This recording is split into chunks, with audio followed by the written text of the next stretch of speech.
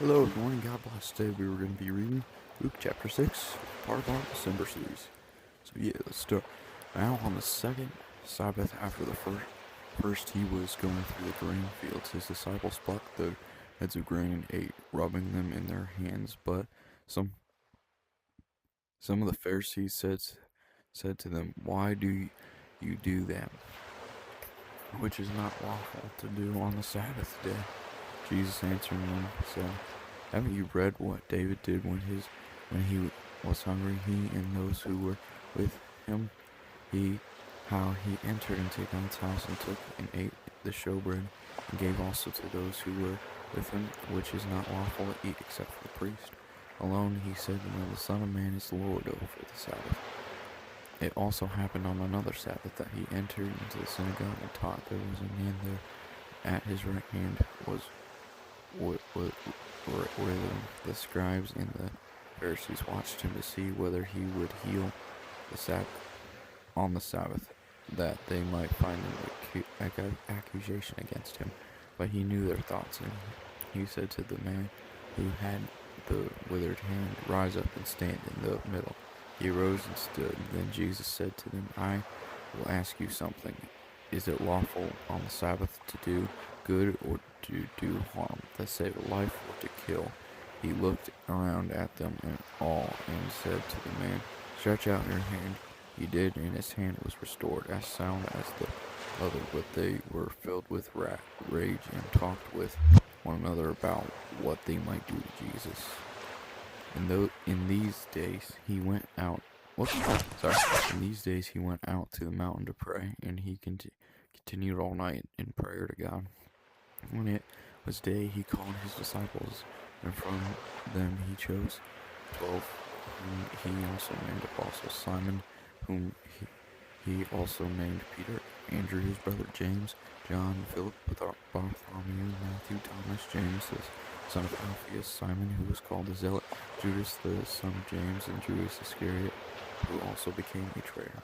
He came down with them and stood on a level place with a crowd of his disciples and a great number of people from all Judea and Jerusalem and the sea of coast of Tyre and Sidon, who came to hear him to be healed of their diseases, as well as those who were troubled by unclean spirits, and they were being healed.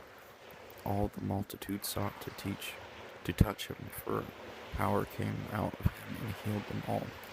He lifted up his eyes to his disciples and said, "Blessed are you who are poor, for God's kingdom is yours.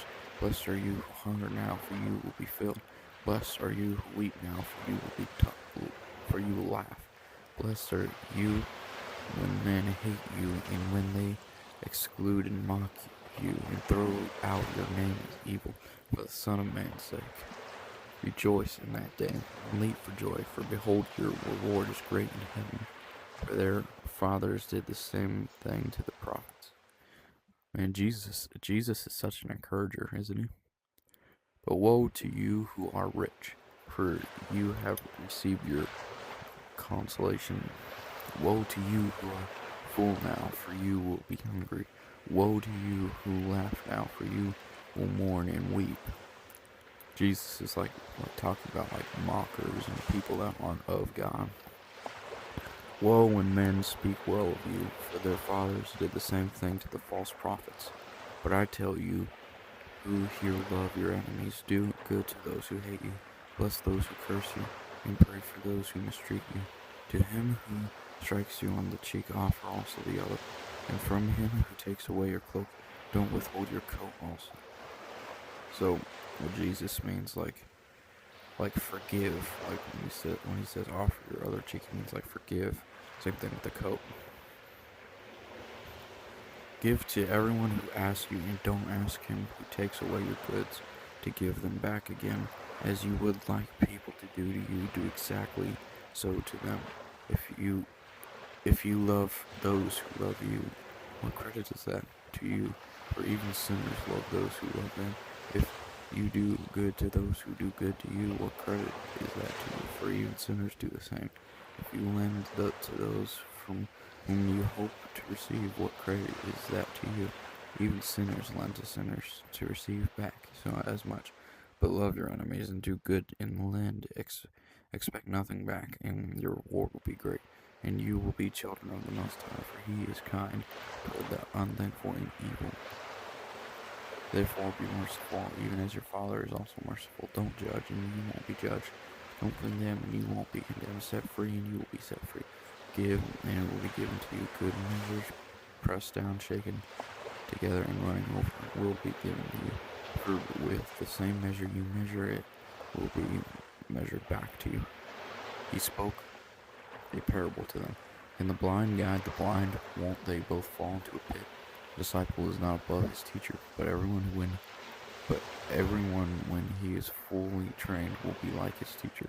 Why do you see the speck of chaff that is in your brother's eye, but don't consider the beam that is in your own eye? Or how can you tell your brother, let me remove the speck of chaff that is in your eye, when you yourself don't see the beam that is in your own eye? You hypocrite, first remove the beam from your own eye, and then you can see clearly to remove the speck of chaff that is in your brother's eye. For there is no good tree that produces rotten fruit, nor again a rotten tree that produces good fruit.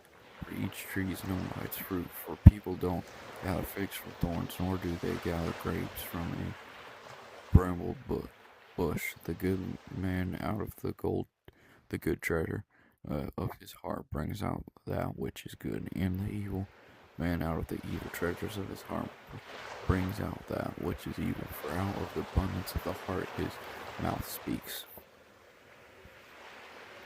Sorry. Hold on. Okay. Why do you call me Lord, Lord, and don't do the things which I say?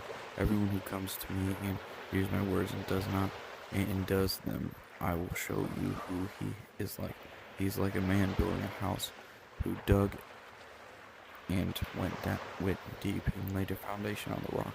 When a flood arose, the streams broke against that house and could not shake it, because it was founded on the rock.